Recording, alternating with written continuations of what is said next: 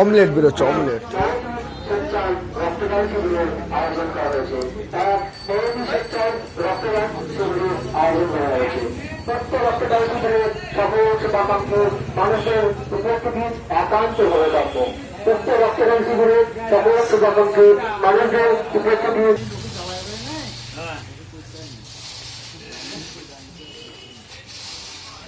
তোমার সেই আমার জ্যাটাগুলো সব জান করলে চাপিও না কেন